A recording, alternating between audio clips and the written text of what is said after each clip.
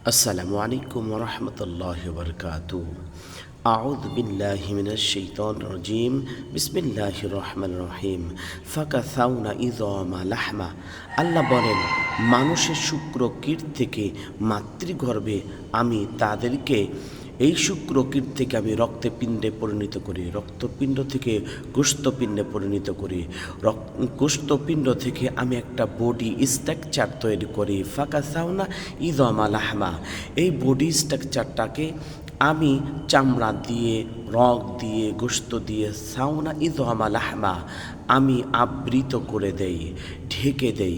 আল্লাহ বলেন, মানব দেহের মধ্যে 968 প্রকার স্কিন বা চামড়া রয়েছে। এই চামড়াটার এক একটা এক এক রকমের। পায়ের চামড়া যেমন, হাতের চামড়া তেমন নয়। কাঁধের চামড়া যেমন, গর্দানের চামড়া তেমন নয়। মুখের চামড়া যেমন, হাতের তালুর চামড়া তেমন নয়। সুবহানাল্লাহি ওয়া বিহামদিহি। আল্লাহ পাক কত সুন্দর করে আপনাকে আমাকে তৈরি করেছে।